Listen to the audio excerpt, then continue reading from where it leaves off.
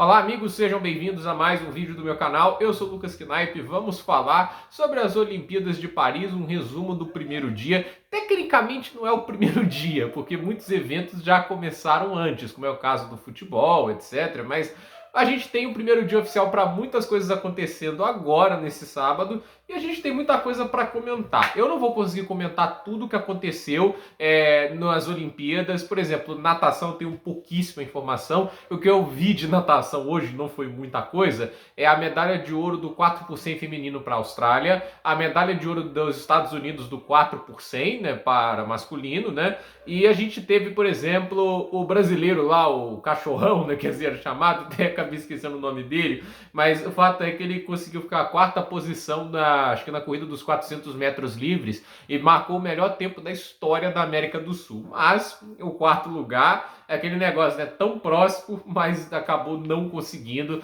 De qualquer maneira, né, a gente vai aqui para comentar. Eu peço que você deixe seu like, se inscreva no canal, compartilhe esse vídeo, dê o hype se puder, para a gente falar um pouco aqui das Olimpíadas. Primeira coisa para a gente falar, deixa eu ver se teve algum jogo de futebol. E teve, né? A gente teve os Estados Unidos ganhando da Nova Zelândia por 4-1 no grupo A, a França vencendo o Guiné por 1-0, a Argentina no grupo B venceu o Iraque por 3-1 e a Ucrânia venceu o Marrocos por 2-1. No grupo C, a Espanha revenceu a República Dominicana por 3-1 e o Egito venceu o Uzbequistão por 1-0. No grupo D, o Paraguai ganhou de Israel por 4-2 e o Japão ganhou de Mali por 1-0. Então, esses foram jogos de futebol que aconteceram hoje, né? Se a gente for pegar aqui um basquete, né? A gente teve muitos jogos de basquete hoje. E assim, o primeiro jogo que a gente teve foi assim, Austrália e Espanha. 92 para a Austrália, 80 para a Espanha, grande vitória. E o Canadá ganhando da Grécia, né? Esse jogo é importante até porque, de um lado, a gente tem o Giannis Antetokounmpo, né? Um dos grandes estrelas, né, do basquete mundial, mas mesmo ele marcando 34 pontos não foi o suficiente. Vamos lembrar que a gente tem no Canadá o Barrett, o Georges Alexander, Jamal Murray, o Brooks, muitos bons jogadores aqui. Tem o Olynyk também, tem bons jogadores e o Olynyk, né? Até onde eu me lembro, o Andrew Wiggins também era, né? Acho que canadense, não sei por que ele não está. Mas talvez porque não desejou ir para as Olimpíadas. Mas de qualquer maneira, o Canadá ganhando de 86-79. Esse é o grupo A, né? A Austrália vencendo a Espanha, a Canadá vencendo a Grécia. A Alemanha venceu o Japão por 97-77, né? Há tempos atrás a Alemanha tinha lá o Dirk Nowitzki, mas é aquele negócio, tem a Euroliga, muita gente fica prestando atenção na NBA, mas na Euroliga tem muitos jogadores muito bons e eles venceram por 97-77 e a França vencendo o Brasil por 78-66, mas olha, dá um destaque para a atuação do Brasil, aguentou muito a França durante muito tempo do jogo e olha que a gente estava jogando contra a França e durante alguns momentos contra o Felício na defesa, até um pouco injusto em alguns momentos com o Felício, porque ele ainda marcou 14 pontos, por incrível que pareça, apesar de toda a raiva que o torcedor brasileiro sentiu do Felício, ele ainda foi cestinha da seleção ao lado do Mendel, mas aí a gente tem que dar também aquela questão, né, tipo, a defesa também é uma parte importante, ele teve que jogar para marcar o Wembanyama e o Rudy Gobert, né, eu acho que ainda faz falta aquele cestinha lá, Leandro Barbosa para a seleção brasileira, o Leandrinho jogava muito basquete. Então, a verdade é que o Brasil ali teve seus momentos no jogo, chegou a ganhar o primeiro quarto, sustentou a partida por um bom tempo, mas a França que tem gente como Wembanyama, Fournier, entende? É bem superior e assim, a gente até que fez ali uma boa partida, né? E assim, Rudy Gobert também, a seleção é bem melhor do que a nossa, mas de qualquer maneira o Brasil mostrou competitividade. A gente também teve tênis, e no tênis a gente teve alguns jogos, né? Tipo, nem todos aconteceram, na verdade só 4 puderam acontecer pelo fato de a gente teve chuva, né? A chuva entrou lá no complexo de Roland Garros, isso não seria um problema se eles escolhessem a sede do Masters 1000 de Paris. Vamos lembrar que Paris, né, já tem 2 estruturas prévias para tênis, porque eles recebem o Grand Slam de Roland Garros e eles recebem o Masters 1000 de Paris, 2 grandes torneios. O Masters 1000 de Paris, ele faz parte de uma parte da temporada do tênis que chama indoors, né, que são quadras duras cobertas permanentemente e assim, não teria o problema da chuva por lá, mas eles quiseram obviamente usar o grande palco que é Roland Garros, que é um dos grandes torneios, né, do tênis mundial. E assim, né, a gente teve 4 jogos, 4 deles estão entre os cabeças de chave, né, o Carlos Alcaraz ganhou do Habib, tenista do Líbano, por 2-7-0, 6-3, 6-1. O Djokovic enfrentou o Matthew Ebden, tenista de dupla, 6-0, 6-1.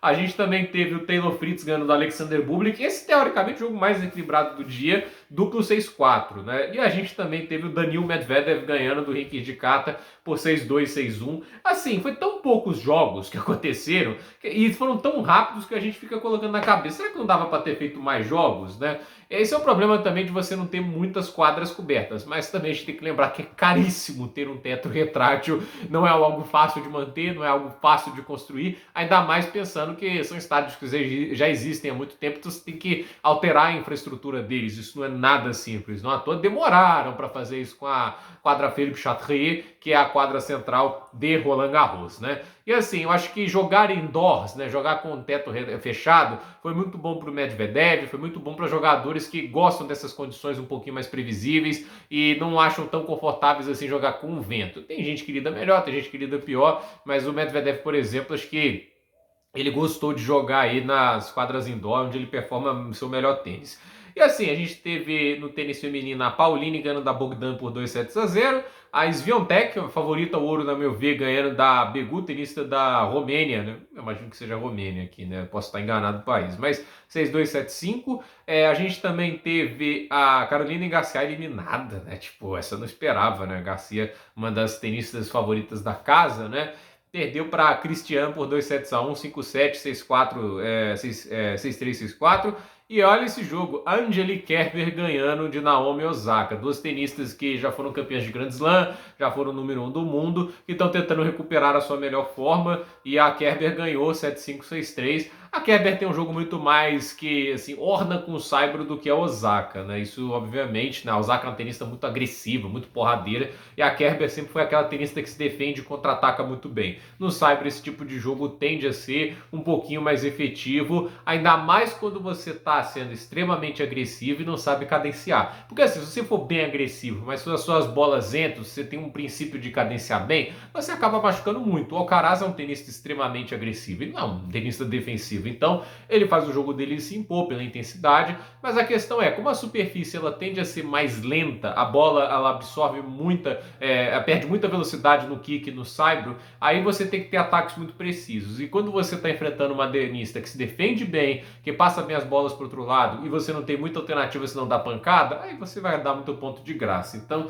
eu acho que acontece muito para Naomi Osaka nesse jogo, né? Para aqui tentar trazer um pouquinho mais de esportes, a gente teve vôlei também, né? Vôlei para a gente comentar. No grupo B, a gente teve a Itália enfrentando a seleção brasileira, 3 sets a 1 para a Itália, né? 25-23 no primeiro, 27-25 no segundo. Aí o Brasil ganhou o terceiro set 25-18, mas no quarto a Itália 25-21, e um pouco assim frustrante, né? Quando você vê o jogo ali indo ali pro último momento, né? O Brasil precisando se recuperar e 2 saques na rede do Lucarelli e do Lucão, me deixou um pouco decepcionado. E assim, o Bernardinho de volta, né? A gente trouxe uma expectativa maior, mas a gente vê isso aí, o Brasil não conseguiu jogar tão bem quanto gostaríamos. A Polônia ganhou do Egito por 3-0, no mesmo grupo do Brasil e da Itália, 25-21, 25-19 e 25-13. Olho na Polônia, o Brasil está num grupo bem perigoso. O grupo C, a Alemanha ganhou do Japão por 3-2, vitória por 25-17 no primeiro set, depois o Japão fez 25-23, 25-20, depois a Alemanha 30-28, se salvando no quarto set e 15-12 no tie-break. A gente teve também Estados Unidos e Argentina. A Argentina, lembrando, foi medalha de bronze na última Olimpíada, mas facilmente dominado pelos Estados Unidos hoje. 25-20, 25-19, 25-16. Então, esse foi o placar por parte do vôlei. No handball, para colocar aqui também, a gente teve a Espanha ganhando por 25-22 da Eslovênia, a Croácia venceu o Japão por 30-29 e a Alemanha venceu da Suécia por 30-27. Todos esses no grupo A. No grupo B, a gente teve o Egito ganhando de 35-32, Noruega ganhando de 36-31 da Argentina, o Egito venceu a Hungria, tá? Só para deixar claro, 35-32, e a Dinamarca ganhou da França 37-29, né? E assim, para tentar estender mais aqui também, deixa eu ver se tem tênis de mesa aqui, acho que deve ter, né? Tênis de mesa, deixa eu ver, temos aqui na Olimpíada também, mas como eu não consigo decorar o nome de nenhum desses tenistas aqui, deixa eu ver se temos brasileiros. Não, né? Eu sei que vai ter, acho que o Hugo Calderano, né, tenista brasileiro, né, de mesa. deixa eu ver se vôlei de praia, né? Porque vôlei de praia tende a ser também um esporte que o Brasil historicamente é forte, né? A gente teve aqui algumas duplas, mas eles não colocam aqui as bandeiras, né? Infelizmente, no SofaScore. Mas deixar aqui para encerrar o vídeo, né? Ciclismo, a gente teve o contrarrelógio feminino, né? E o contrarrelógio feminino vencido, deixa eu ver aqui, pela tenista, não, pela ciclista, deixa eu ver. Aqui não atualizou, né? Mas tá falando aqui uma tenista chamada Hashmi. Eu não sei se foi ela, mas nos homens eu tenho certeza quem ganhou. Deixa eu ver, aqui tá atualizado certinho os tempos colocados. Vou ficar devendo das mulheres, talvez eu traga amanhã. A gente teve o Remco Evenepoel sendo o vencedor do contrarrelógio masculino. A gente não teve ainda etapa de estrada. O Remco Evenepoel, campeão mundial de contrarrelógio. No Tour de France foi o terceiro colocado, chegou a vencer o primeiro contrarrelógio.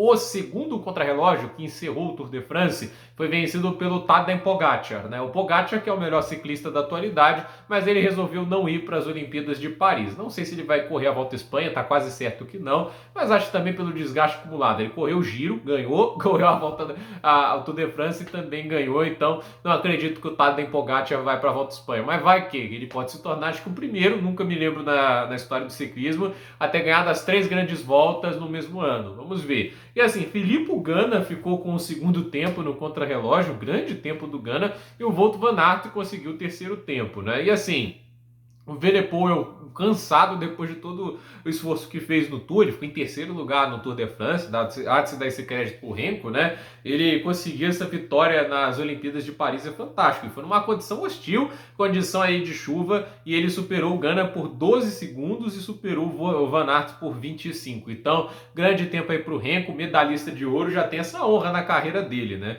Vamos ver aí o que ele consegue fazer também, porque o Remco Evenepoel também é um dos favoritos para o ciclismo de estrada. Não sabemos se ele vai ganhar lá, mas a gente tem que lembrar que é um grande escalador, mostrou um nível muito alto, e mesmo os grandes favoritos que a gente pode pensar, a maioria a gente sabe que correu o Tour de France, Richard Carapaz, né? E como o Jonas Vingegaard e o Tadej Pogacar não vão para as Olimpíadas, não tem nada confirmado disso, o Remco teoricamente é o favorito, teoricamente, porque a gente pode ter fuga, entende? Eu acho que pode ter gregários que são muito habilidosos, né? Como é o caso dos irmãos Yates, o Simon e o Adam Yates, né? Rafael Maika já foi medalhista de bronze no Rio de Janeiro. Então, assim, tem nomes que podem acabar surpreendendo. Acho que o Geraint Thomas já passou um pouco o tempo dele, né? Egan Bernal não foi tão bem no Tour de France, né? Tem atletas que ainda não estão lá no seu melhor, mas sempre lembrando que a etapa de ciclismo que eles colocam lá para a Olimpíada sempre é uma etapa de subida e descida, lembrando uma etapa clássica. Vai ser mais de 200 quilômetros, eu estou muito curioso para ver